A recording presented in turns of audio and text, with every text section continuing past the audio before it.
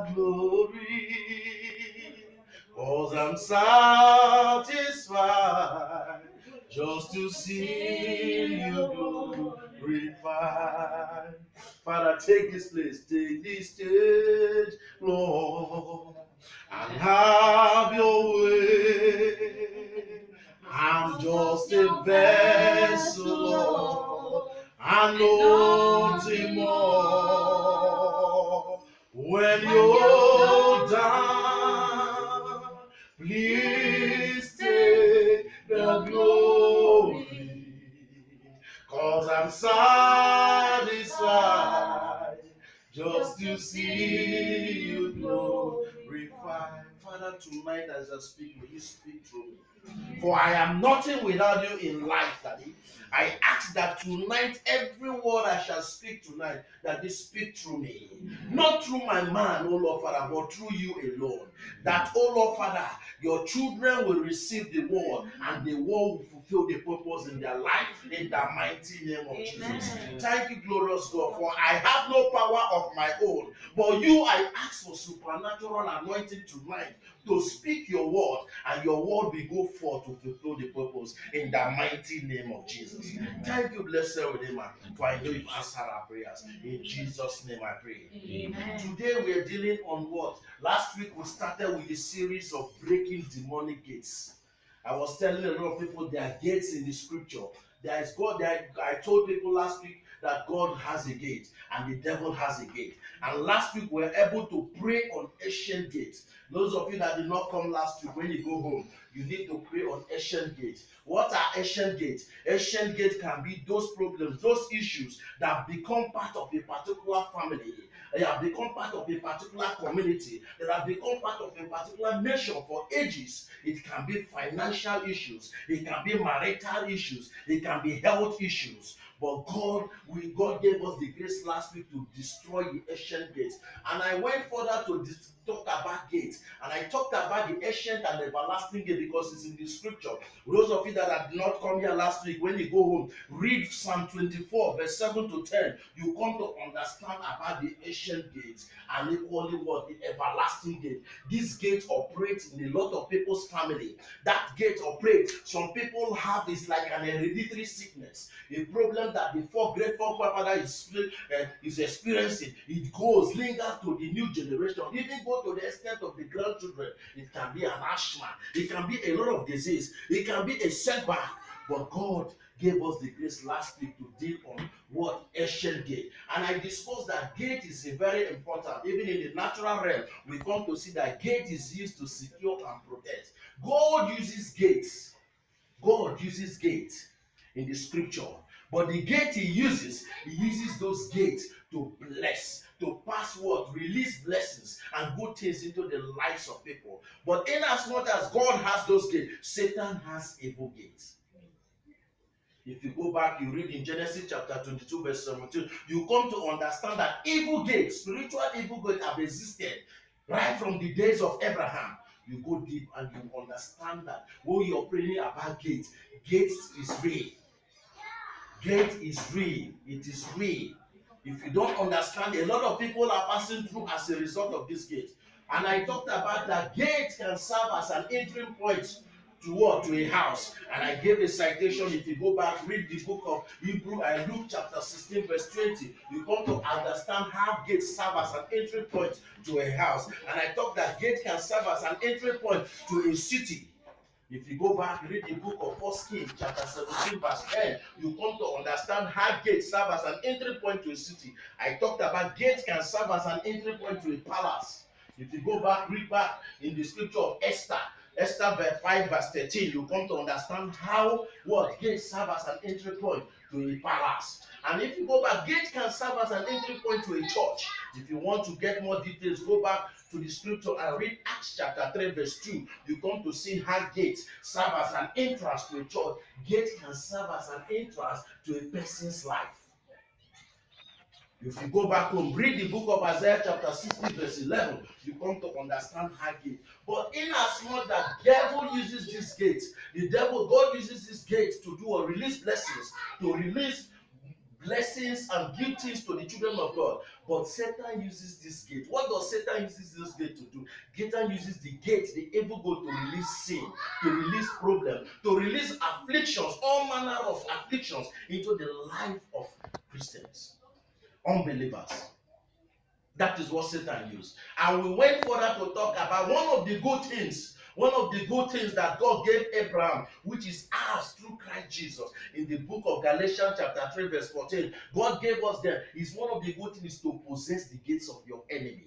And when you go back in Genesis chapter 22 verse 17, you come to understand you need to possess the gates of your enemy. Because if you don't possess those gates of your enemy, if you don't capture it and destroy it, they will use those gates to afflict your life, to stop you from moving forward, to stagnate you. And we'll discuss all this. And we talked about here last week that how God, we prayed on ancient day, how God delivered what? Children of Israel from the lands of Egypt. Because Egypt was there, Egyptians were determined to follow and keep on oppressing the children of Israel. But God delivered them from that bondage. Today I talked about the ancient gate and we prayed. Those of you that are not here last week, go home.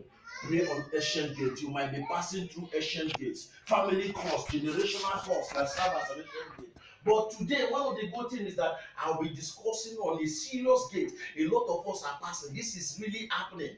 It's happening. A lot of Christians are passing through. And today we'll be discussing on what we call the gate of bronze, the bars of irons, the gate of brass. Today we'll be discussing on the gate of bronze, the bars of iron, and what? The gate of brass. We'll be discussing on. And we'll see what devil uses this gate for. What does he use this gate for?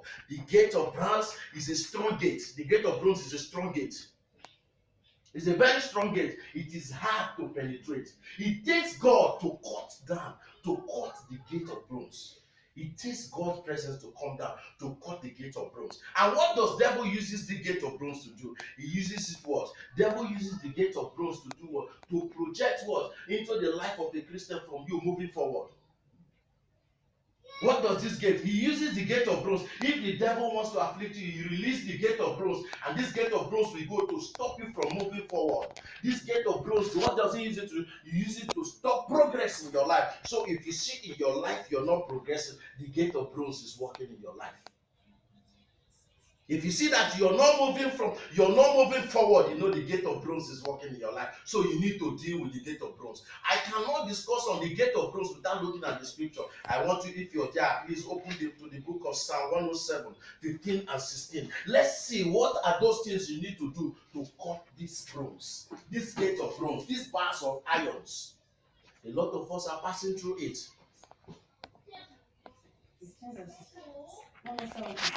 16.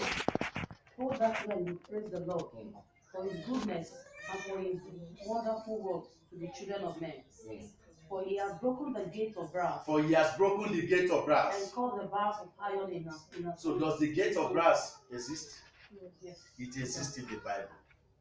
And how do we break? How do God? It takes only God to break this gate of bars. It takes only God to do what? To cut through this gate, these bars of iron. What does the devil uses the gate of bronze to do? He uses it to what? You see a particular. He uses to tie you down to a particular level. You cannot move to the next level. What is that? It is the gate of bronze, the bars of iron, because the gate is very hard to penetrate. The gate is very hard to penetrate, so the devil uses this gate. He projects this gate, and when he projects this gate into your life, you see your life, you're not moving forward. What does the gate of this gate does? The devil uses the gate of bronze, can also be the gate of stagnation.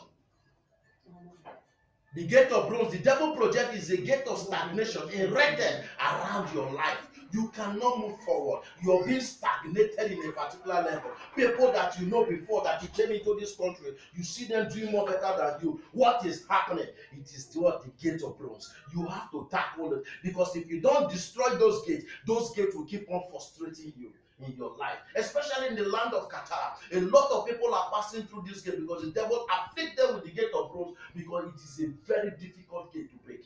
It takes only the King of Glory to break that gate. I talked about the ancient gate, that only the King of Glory can do what? Can break that ancient gate. And today we're talking, what does it take? What are those things you need to do that will break this gate of bronze? What are those things? Because today we are going to be praying. Today I've given you the key part. What the devil uses this gate to do. One is uses it to do what? You will not move forward in life. The next one he uses to stop progress in your life. The third one he uses to tie you down to a particular level. And the last one he uses as a stagnation. Gate of stagnation erected around your life. Around your life could be your spiritual life. Around your life could be your ministry. Around your life could be your career. Around your life could be your businesses. Around your life could be your education. Around your life can be your marital progress. That is what he uses this gate to do. But today we're going to pray. We're going to call on the King of Glory to come and intervene. But one of the things I will advise you for you to break this gate of growth, if you go back in the book of Isaiah chapter 45 verse 2, you come to read there, you come to read that you need to ask God to go before you.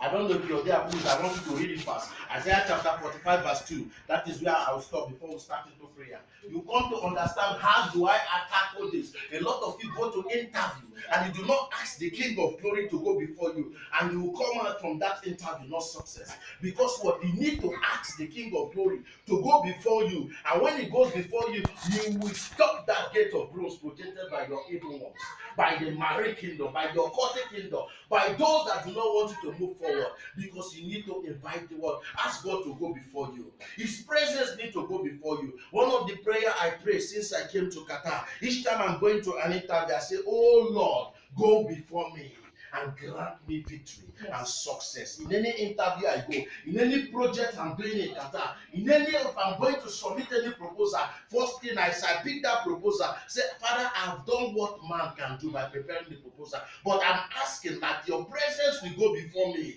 and make that crooked ways to be straight. I don't know if you're there, you read it. That is the only way you can break the gates of brass. You can cut asunder. Isaiah chapter 45 verse 2. Please, if you're there, do fast. I will go before thee and make the crooked places straight. I will break in pieces the gate of brass and cut in sunder the bars of iron. He's going to cut in asunder the bars of iron.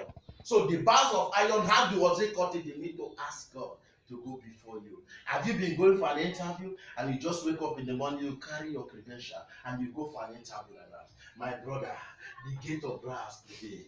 And you come out from that interview and you say, they do not call me. What is that? That was what was happening to me. But when I discovered this scripture and I decree upon my life, even though if I'm going for any proposal, I say, Father, let your presence go before me. Let your presence go before me. In every day of my life, my brother, if you wake up in the morning after asking God for mercy, after praying, say, Father, let your presence go before me. Go and make that crooked ways to be straight. You will see what God will do in your life. One thing is to pray, and the next thing, what are the channels of prayer? What are the prayer? What are you praying on? You need to hit at the way. Elijah said what? Jeremiah said what? The word of God is an hammer. Yes.